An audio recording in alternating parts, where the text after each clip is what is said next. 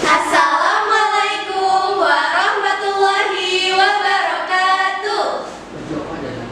Halo teman-teman semua, kembali lagi di podcast OPE, obrolan penuh edukasi.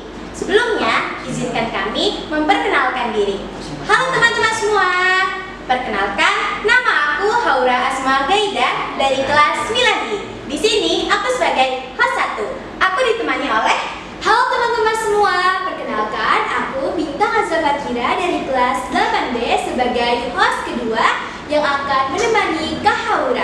Di sini kami berdua yang akan menjadi pemandu podcast OPE kali ini. Nah, teman-teman, sebelumnya kalian pasti sudah pada tahu dong kalau misalkan sebentar lagi kita akan mengadakan pemilihan Ketua OSIS dan Wakil Ketua OSIS periode 2025 sampai 2026. Oleh karena itu, kita akan membawakan topik yang sangat spesial, yaitu kira-kira apa ya?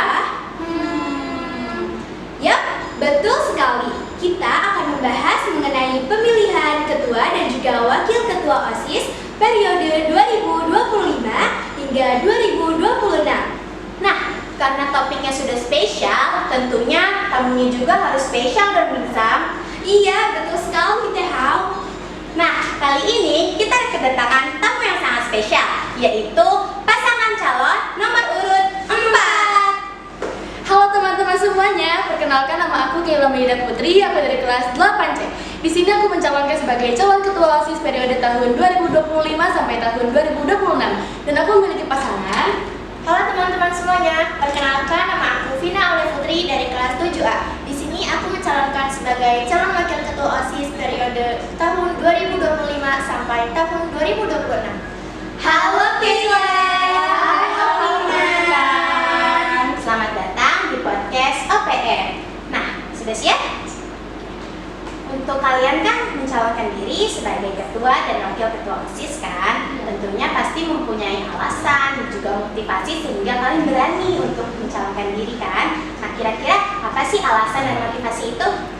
Untuk dari diri aku sendiri, aku memiliki alasan untuk mencalonkan diri sebagai calon ketua OSIS nanti. Karena aku yakin dan aku mengetahui bahwa diri aku tuh memiliki kemampuan dalam memimpin. Nah, maka dari itu kan tujuan awal aku untuk masuk OSIS juga kan melatih dasar kemampuan aku.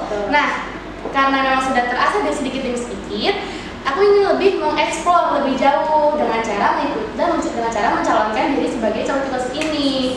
Nah, maka dari itu, aku yakin pada diri aku sendiri bahwa aku bisa mendapatkan yang terbaik dan bisa lebih baik untuk dalam hal memimpin. Alasan aku mencalonkan diri sebagai calon ketua OSIS karena aku percaya setiap siswa mempunyai potensi untuk berkembang dan berkontribusi. Dan aku juga ingin menjadi bagian dari tim yang akan membawa perubahan sekolah yang positif. Wah, keren banget ya Bintang alasan kalian. Kalian sebagai calon ketua dan juga wakil ketua OSIS di periode 2025 hingga 2026 tentunya pasti memiliki visi dan misi dong.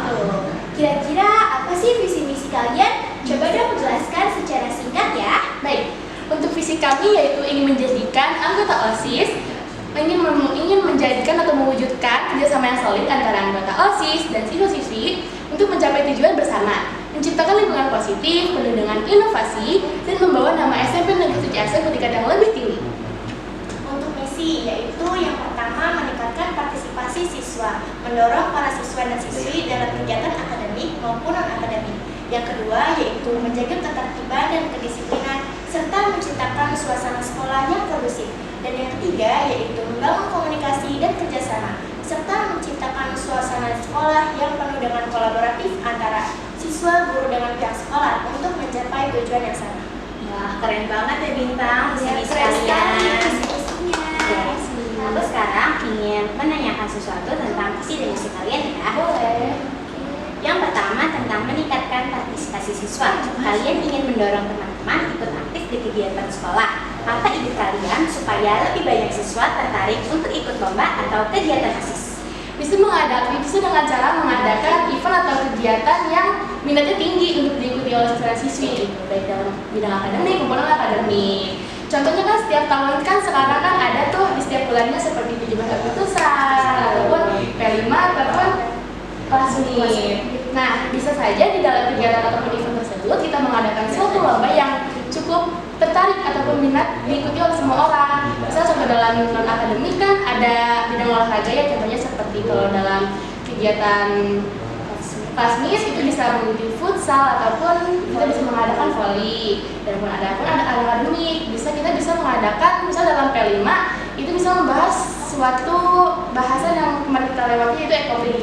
Nah, kita bisa mengadakan seperti lomba antar kelas. Misal antar kelas ada satu kelompok yang ingin mengirimkan lomba seperti OSN gitu. Nah, nanti dalam pembahasan tersebut tuh seputar mengenai ekonomi tersebut. Nanti bisa antara kelas A dan kelas B lomba antara untuk ya. Jadi lomba apa namanya tanya jawab antar kelas gitu ya. Oke. Untuk program itu kan banyak ya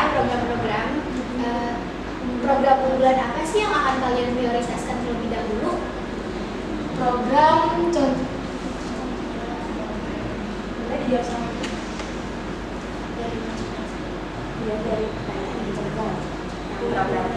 program unggulan apa yang akan kalian prioritaskan terlebih dahulu? Mau jawabin atau Keke? Contohnya seperti bisa dalam program-program yang sudah dilakukan yang sudah ada di Sepensa. Itu kan banyak ya, contohnya seperti Klasmit, P5, itu kita bisa meneruskan itu. Dan kan di Diata ataupun yang polisi lingkungan, kita kan bisa lebih bekerja sama dengan anggota-anggota ataupun program tersebut bila lanjutkan lebih baik. Dan dengan adanya program itu kan bisa bermanfaat untuk Sepensa juga. Jadi program unggulan yang akan kalian prioritaskan dan unggulan itu program yang memang sudah ada di SMP 1 Ciasem ya, agar terus berlanjut dan sampai ke generasi selanjutnya. Terus yang kedua, untuk menjaga ketertiban. Gimana cara kalian menjaga ketertiban dan kedisiplinan di sekolah, tapi tetap membuat suasana sekolah terasa nyaman? Kami memulai mengecek kedisiplinan dari hal-hal terkecil. Contohnya kan setiap hari ada anggota OSIS dan guru-guru yang jaga ketertiban. Itu bisa memudahkan kami untuk lebih menjaga kedisiplinan siswa-siswi dari mulai pakaian ataupun hal-hal dan berseragam kan Sepensa kan memiliki aturan seragam ya, contohnya seragam putih biru ini kan pakai dasi, bed yang lengkap, dan sabun.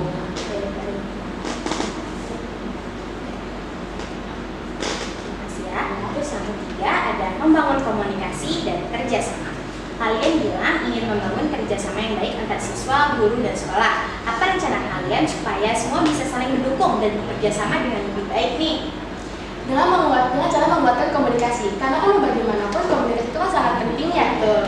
Nah, dengan cara itu kami mungkin bakal lebih sering mengedukasi ke para siswa dan siswi bahwa komunikasi itu sangat penting, baik bersama, baik dalam siswa, guru maupun pihak sekolah. Nah, maka dari itu yang paling kami utamakan itu komunikasi.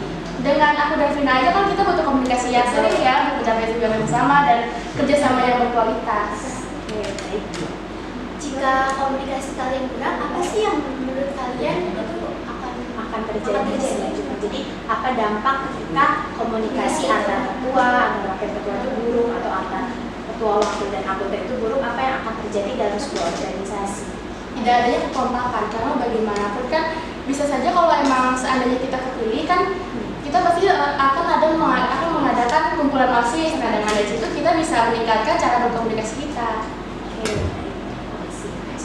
Kalian punya harapan kan untuk OSIS ke depannya ketika kalian terpilih menjadi ketua dan wakil ketua OSIS? Apa sih harapan dari masing-masing ketua dan wakil ketua itu, harapan untuk OSIS ke depannya? Untuk harapan dari aku berharap OSIS ke depannya lebih banyak diminati oleh banyak orang dan siswa-siswi dan lebih berkualitas untuk ke depannya dan lebih meningkatkan kerjasama. Kalau dari Vina? Untuk aku sih rencana aku ke depannya semoga OSIS lebih mentaati peraturan, karena kan OSIS menjadi contoh bagi siswa-siswi. Keren sekali ya harapan kalian. Semoga dengan jika terpilihnya kalian, semoga kalian bisa mewujudkan harapan kalian untuk OSIS. Kalian kan calon ketua dan juga wakil ketua OSIS di periode berikutnya. Apa sih persiapan kalian untuk dari diri aku ya, pastinya persiapan mental dan tekad aku. Karena kan pasti ketika nanti kita berada di hadapan banyak orang, kita kan berarti itu orang-orang kan otomatis audiens ya, melihat kita sebagai narasumber gitu. Nah, pada itu aku ingin melatih lebih asah dan lebih rajin, lebih public speaking-nya. Karena bagaimana kan pasti kalau memang kita ada salah ngomong kan pasti banyak orang yang ngejudge. Kita pun nanti kan dalam kita mau menyampaikan visi misi di kampanye nanti banyak orang yang ngejudge, harus jelas makanya. Kalau dari Vina, persiapan apa yang kamu siapkan? Apa sih? Soalnya kan kita juga dari persiapan mental itu perlu banget karena pas kampanye pasti banyak kelas atau banyak sekolah sudah ya. Juga public speaking ya. Oke. Untuk itu kalian punya slogan gak nih? Punya dong. Oke, bagus. Boleh dong dikasih tahu ke teman-teman dari kita apa sih slogan kalian secara kompak ya dan semangat. Oke, silakan. Kegagalan itu urusan belakang. Yang penting kita sudah mau mencoba dan berusaha. Jangan lupa terapkan 2B 1M. Bangkit, berusaha dan mencoba. Wah, keren sekali ya slogannya. Kan setiap slogan itu pasti mempunyai makna yang berbeda-beda. Kira-kira slogan yang kalian tadi sampaikan kepada teman-teman memiliki makna apa nih? Kami membuat slogan itu tidak hanya semena-mena karena hanya iseng aja kan. Nah, aku tuh membuat slogan tersebut karena memiliki arti contoh dari kegagalan itu urusan belakang. Kan banyak orang ya yang memang kadang kalau ingin mencoba suatu hal yang memang beresiko tinggi, itu tuh kadang kayak pesimis ya. Tidak mungkin aku bisa, nyerah duluan gitu. Nah, makanya dari itu aku ingin menunjukkan ke semua teman-teman bahwa dengan cara kita mencoba dengan sesuai kemampuan diri kita itu bisa saja menghasilkan hasil yang lebih baik dari ekspektasi kita bahkan. Dan jika pun memang tidak baik, seenggaknya kita tuh sudah mencoba hal yang sama, itu tuh bisa banget kita lebih meningkatkan kualitas kita. Karena kan kita pasti sudah tahu ya salahnya di mana, tidak bagusnya di mana. Terima kasih kepada Kayla dan juga Vina yang telah menjawab pertanyaan-pertanyaan yang kami berikan.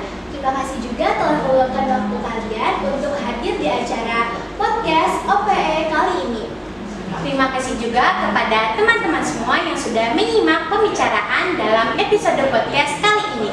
Semoga pembicaraan kami tadi memberikan edukasi baru untuk kalian semua. Mohon maaf apabila ada kesalahan ataupun kekurangan ya. Selebihnya, kami memohon maaf dan juga berterima kasih. Sampai jumpa di episode OPE selanjutnya. Wassalamualaikum.